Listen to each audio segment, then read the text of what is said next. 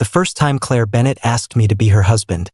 She was standing on my front porch at 7 in the morning with a velvet ring box in one hand and a look on her face that told me she had already run out of better ideas. Until that moment, Claire had only been the woman next door. She was the neighbor who accepted my packages when I stayed late at school, who waved across the fence while watering her roses, and who once left a pot of chicken soup outside my door when I had the flu. We had lived beside each other for nearly 2 years. We were friendly, comfortable, predictable. We had never been on a date. We had never held hands. And neither of us had ever given the other a reason to imagine anything more. So when she looked straight at me and said, "My family thinks you're my husband," I nearly dropped my coffee. Her younger sister's wedding was that afternoon. A misunderstanding had spread through her family. The seating chart had already been printed, and Claire's mother, still recovering from a recent medical scare, believed her oldest daughter had finally found someone who would stay. Claire only needed me to play the part for one day. I told myself that was all it would be. A borrowed ring, a few harmless lies, and several hours of pretending to know a woman I had only ever seen from the other side of a fence. Then the wedding photographer placed my hand around Claire's waist, raised his camera, and said, "Ethan, kiss her. If one unexpected moment has ever changed the way you saw someone forever, stay with me." Because that kiss was supposed to convince her family. Instead, it convinced me that the woman next door was no longer just my neighbor. Claire held the velvet box tighter, as if I might refuse before she could finish explaining. "Start from the beginning," I said. She looked toward the quiet street. Sprinklers clicked across a lawn 2 houses down, and somewhere a garage door rattled open. Claire lowered her voice. "My mother thinks I got married. I waited. To you." I stared at her until she winced. That was not the reaction I was hoping for. What reaction were you hoping for? Maybe concern. Maybe confusion. Less silence. I stepped aside and let her in. Claire had entered my house only once before, when a package had been delivered to her porch by mistake. Now she stood in my kitchen in a pale blue dress, looking out of place beside my stack of ungraded history papers. I poured her coffee. She added cream without asking where it was. Apparently, she had noticed more about my kitchen than I realized. "My mother had a minor heart procedure last month," she said. "She is fine, but Lily's wedding has made her emotional. She keeps worrying that I'm alone." "You are alone. So are you. That is not usually considered a medical emergency." Despite herself, Claire smiled. "A few weeks ago, she called while you were helping me replace the lock on my back door. I told her Ethan next door was taking care of it. Later, Lily joked about me finally letting a man into my life. Mom connected the wrong dots. And you corrected her." Claire stared into her coffee. "You did correct her, didn't you?" "I tried. Then she got so happy." I leaned against the counter. "Claire, I know. It was stupid. But she had just come home from the hospital, and Lily was overwhelmed. I thought I would explain after everything calmed down. Instead, everything became less calm. Much less." She opened the ring box. Inside was a plain silver band. The seating chart says Claire and Ethan Cole. Aunt Denise told half the family we had a secret courthouse wedding. The photographer listed us with the married relatives. And my mother bought us matching towels. That last part feels difficult to recover from. Claire covered her face, but I heard the laugh she tried to hide. Then she looked at me again. "I only need you for today. We arrive together, answer a few questions, sit through dinner, take the family pictures, and leave. After the wedding, I'll tell everyone the truth." I should have said no. I hated lying. I taught teenagers that the easiest version of history was usually the least honest one. Pretending to be married was not the kind of favor normal neighbors asked before breakfast. But Claire's hand trembled around the mug. She was not trying to impress anyone. She was trying to protect her sister's wedding from becoming a family spectacle. "What does Lily think?" I asked. "She knows. She also knows Mom will worry through the entire ceremony if I arrive alone after this mess. And your aunt. Denise knows when people are lying before they do." Comforting. Claire took a breath. You can still say no. The words were polite, but her eyes said she had nowhere else to go. I held out my hand for the ring. Tell me what time my wife needs me ready. For a moment, she did not move. Then the tension left her face so quickly that something shifted between us. Small but unmistakable. 11:30, she said. I closed my fingers around the ring. Then you should probably tell me our anniversary. Claire came back at 9 with a yellow legal pad, 2 pens, and the expression of someone preparing for a deposition. We sat at my kitchen table. Rule 1, she said, writing in large letters. We keep the story simple. Good. I was worried you had invented a honeymoon in Paris. She gave me a look. We had a courthouse wedding 3 months ago. Why 3? Long enough to be believable. Recent enough to explain why nobody was invited. I nodded. Where? County courthouse. Who signed as witnesses? Claire stopped writing. See, I said. This is how lies become paperwork. She tapped the pen against the pad. Lily and Noah. Do they know they attended? They do now. That made me laugh, and some of the tension in her shoulders eased. We built the rest carefully. I had proposed in her backyard after helping repair the back steps. We had kept the wedding private because her mother was recovering and Lily was already planning her own ceremony. We had not moved in together because we were renovating one house at a time. That last part is almost believable, I said. Claire glanced toward my living room. Your house does look like a man has been waiting 10 years to choose curtains. I chose those curtains. They are gray. They match everything. They match surrender. I pointed to the pad. Write down that my wife insults my decorating. She smiled while she wrote it. Then we moved to the smaller details. Her coffee order was tea with honey unless she had a headache, when she wanted it plain. She hated mushrooms, loved old mystery novels, and always slept with one foot outside the blanket. I told her I took my coffee black, taught 11th grade history, disliked crowded rooms, and could never remember where I left my keys. You keep them in the blue bowl by the door, she said. I looked at her. Claire's smile faded into something softer. I see you come home through the window sometimes. The room went quiet. I realized I knew things about her too. She watered her roses before 7. She sang badly when cleaning. She checked her mailbox twice whenever she was waiting for something important. Living next door had made us witnesses to each other's lives without either of us admitting it. Claire cleared her throat and drew a line across the page. Last section. Physical contact. I nearly choked on my coffee. For appearances, she added quickly. Holding hands. Your arm around me. Things married people do in public. Do we need rules for that? I would prefer not to improvise in front of Aunt Denise. We agreed on hand-holding, an arm around her waist, and one kiss on the cheek if necessary. No kissing on the mouth, Claire said. Wasn't planning on it. Good. Good. Neither of us looked at the other. Before she left, Claire slid the silver band across the table. I put it on. It fit almost perfectly. That's unsettling, I said. It belonged to my grandfather. The joke left me. Claire reached across and adjusted the ring with 2 fingers. Her touch lasted only a second, but it was the first time she had ever touched my hand. Thank you, she said quietly. I watched her walk back across the lawn toward her house. For the first time in 2 years, the fence between our yards looked less like a boundary and more like a distance.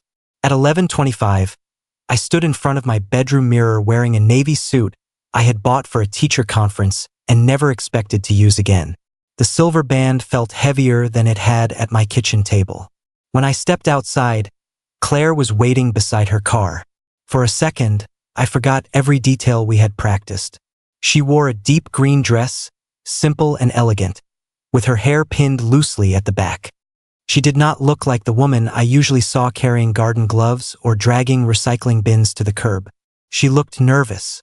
That helped me breathe again. You clean up well, she said.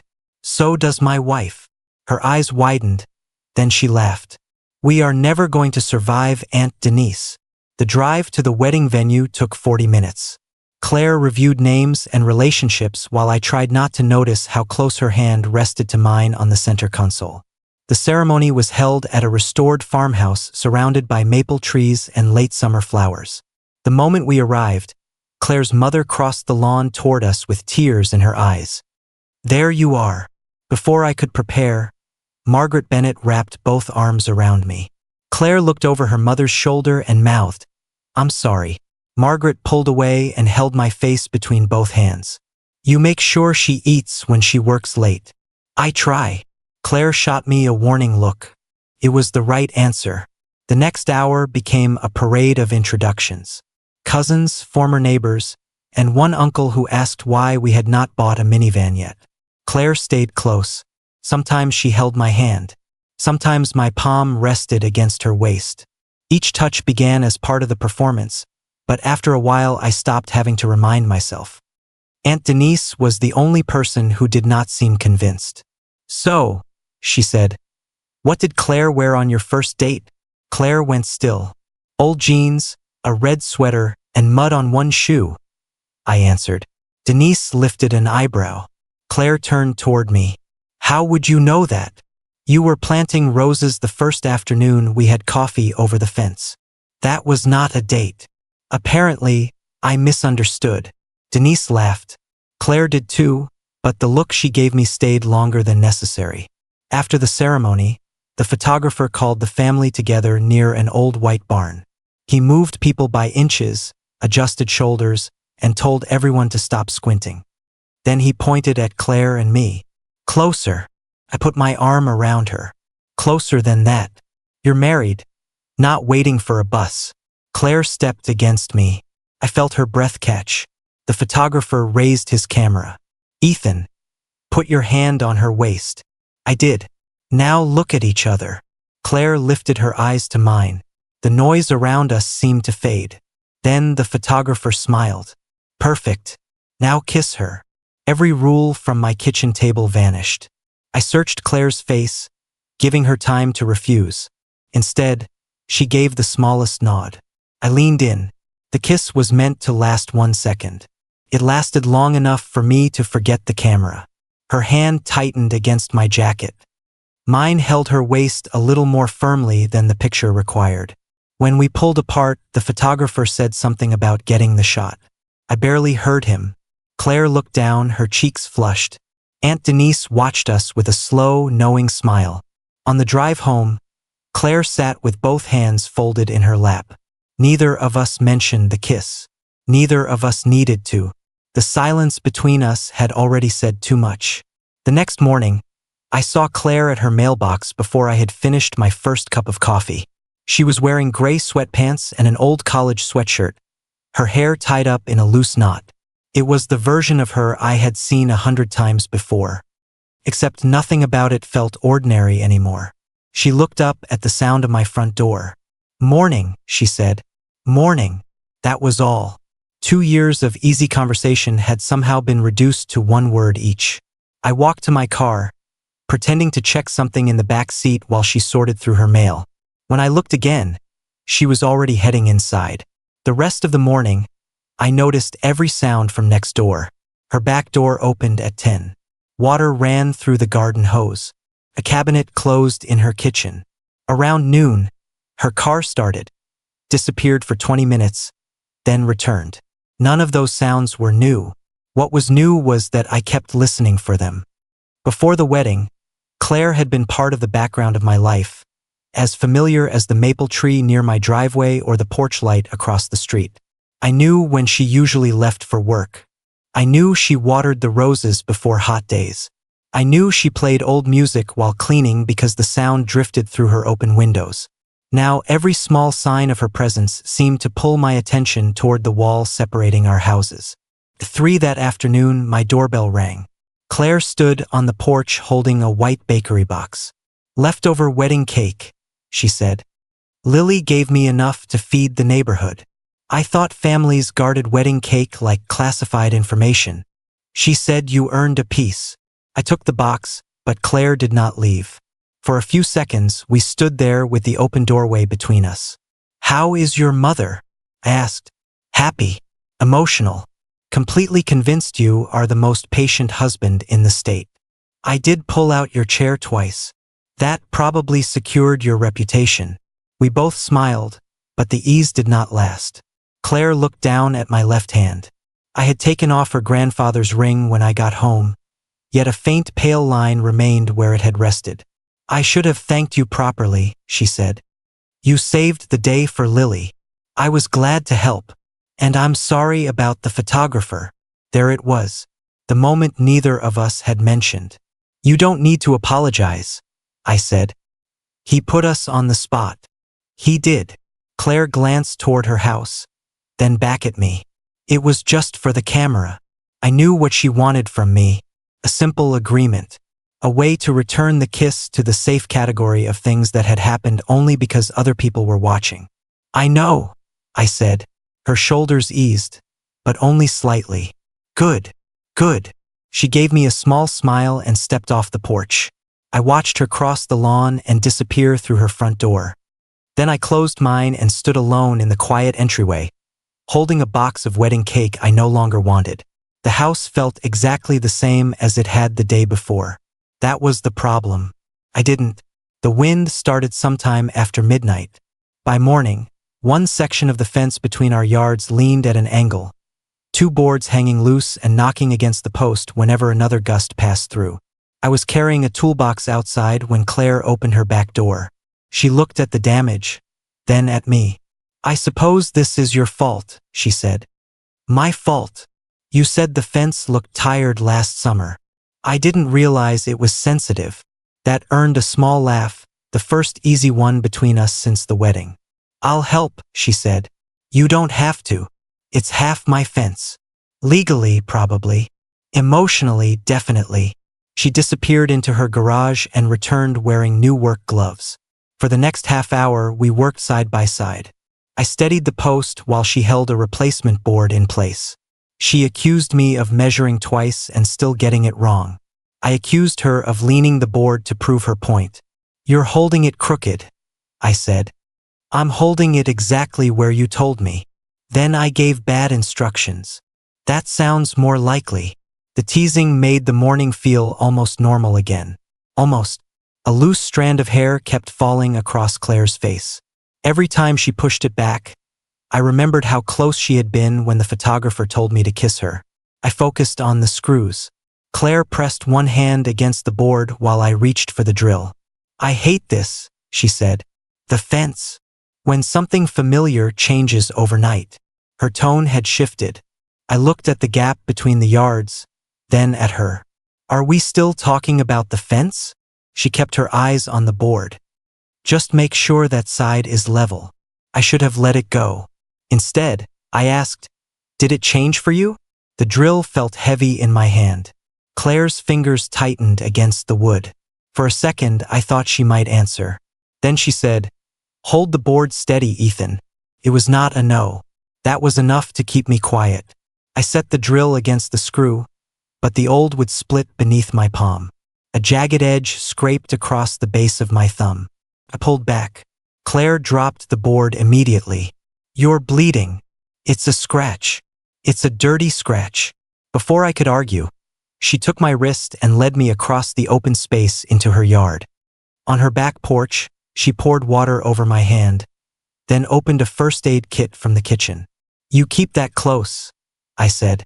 I work with children. Preparedness is survival. She cleaned the cut with careful fingers. The sting barely registered. What I noticed was the way she held my hand between both of hers, steady and warm. There was no audience, no photographer, no family expecting us to play a part. Still, the moment felt more intimate than the kiss. Claire wrapped a bandage around my palm and pressed the end into place. There, she said softly.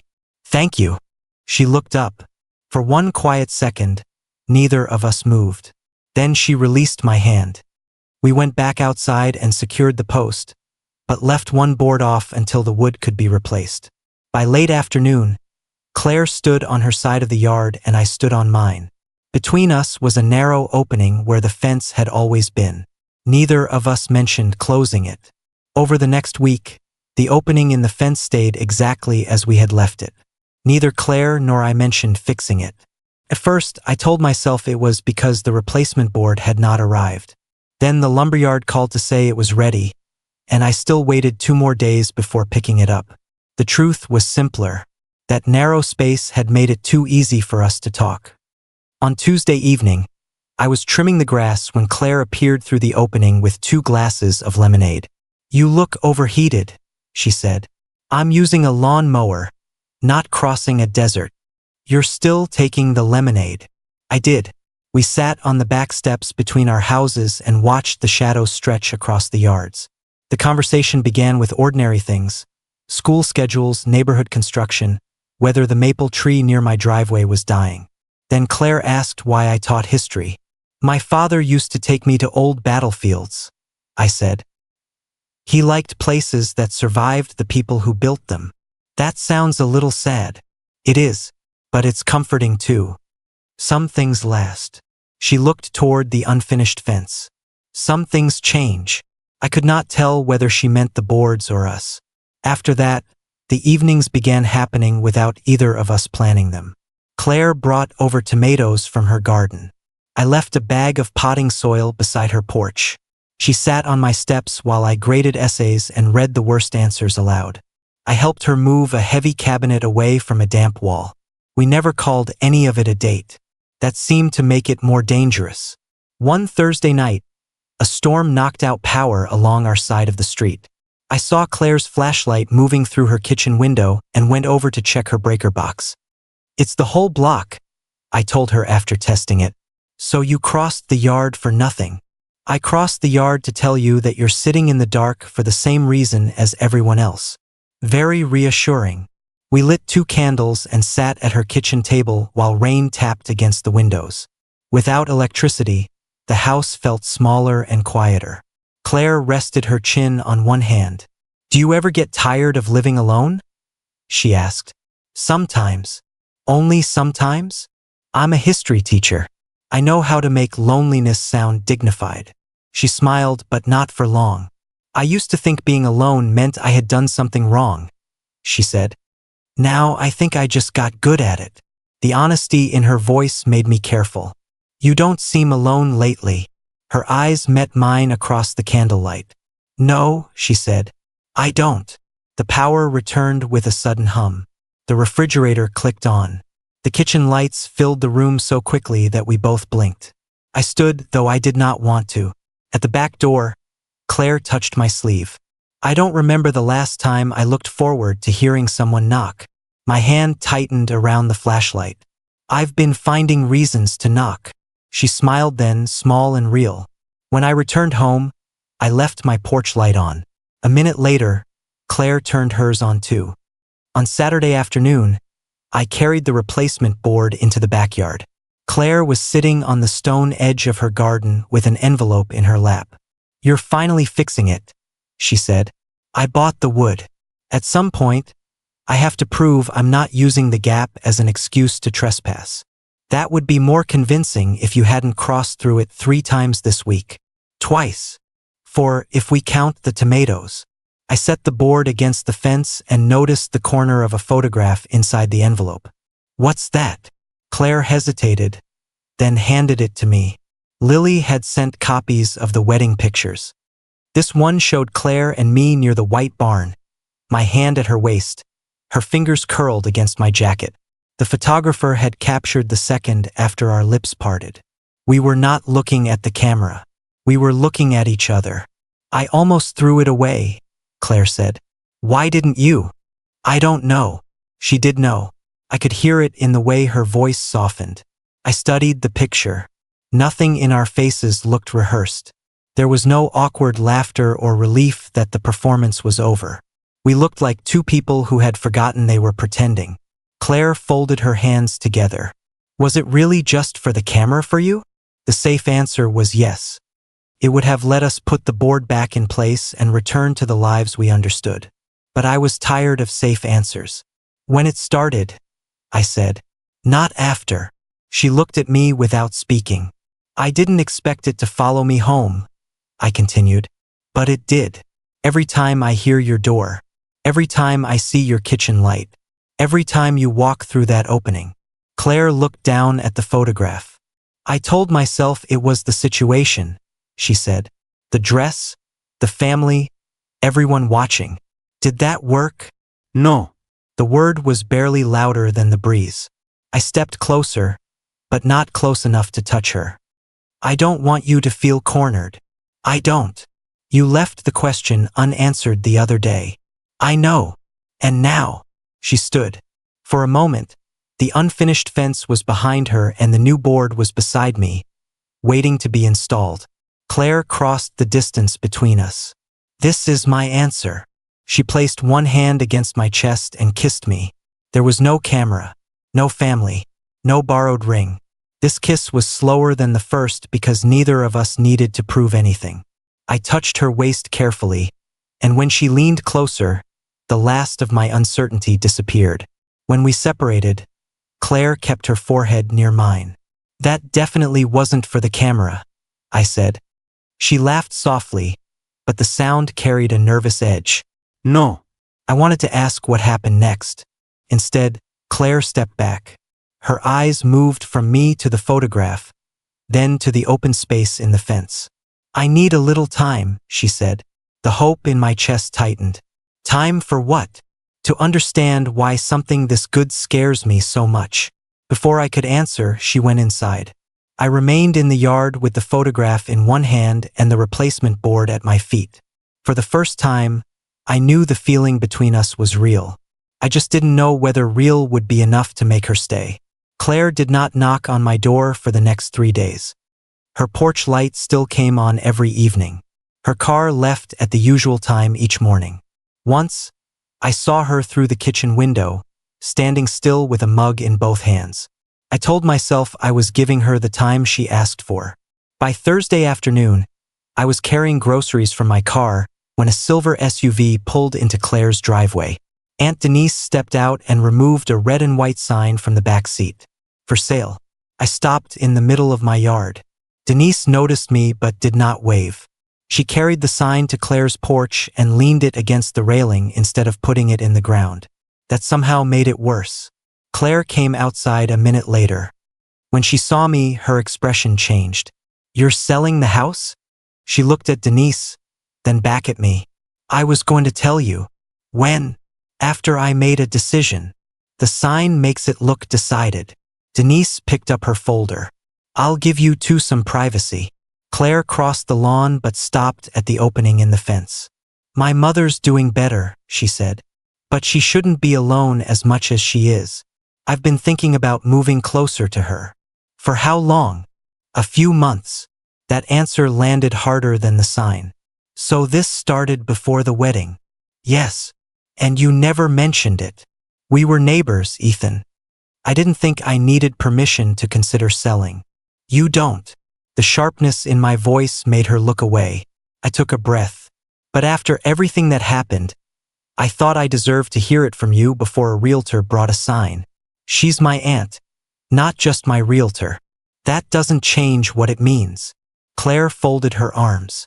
The house is too big for one person. My mother needs help. Maybe I've stayed because leaving felt harder than staying. The words sounded practical. Too practical. Is that why you asked for time? I said. Because you were planning to leave? No. Then why? She looked toward the opening in the fence. Because I don't know how to make room for this and everything else. This. You and me. The honesty in those 3 words stopped me. I stepped closer but remained on my side. You don't have to decide your whole life today, I said. But don't make leaving the easy answer just because staying means something now. Her eyes flashed. You think this is easy? I think you're calling it practical, so you don't have to admit you're scared. And I think 1 kiss doesn't give you the right to explain my choices. 2 kisses. The words escaped before I could stop them. For a second, she almost smiled. Then she shook her head. This is exactly why I need space. She went inside. The for sale sign remained against her porch, not planted in the yard but no longer hidden. That evening, I stood at the opening in the fence and looked toward her dark kitchen window. For the first time since the storm, I wanted to close the gap. Not because I wanted distance, but because I was afraid she would leave before I found the right way through. The open house began at 1 on Saturday. By 12:45, 3 cars were parked along the curb, and strangers were walking through Claire's front door carrying brochures Denise had printed. I told myself I would stay inside. I lasted 12 minutes. When I crossed the yard, Denise stood near the entryway beside a tray of bottled water. "I wondered how long it would take you," she said. "I'm here to see the house. You've been seeing it for 2 years. Before I could answer, a couple came downstairs discussing closet space. The sound tightened something in my chest. Claire was in the kitchen, straightening papers that did not need straightening. She looked up when I entered. "You came." I wasn't sure I should. Neither was I. For a moment, neither of us spoke. Voices moved through the rooms around us, strangers measuring the place where Claire drank tea and kept mystery novels beside the couch. "I'm sorry about what I said," I told her. "You were right. I don't get to explain your choices for you." Her shoulders lowered. "But I need to say one thing before someone decides where their sofa would go." Claire looked down.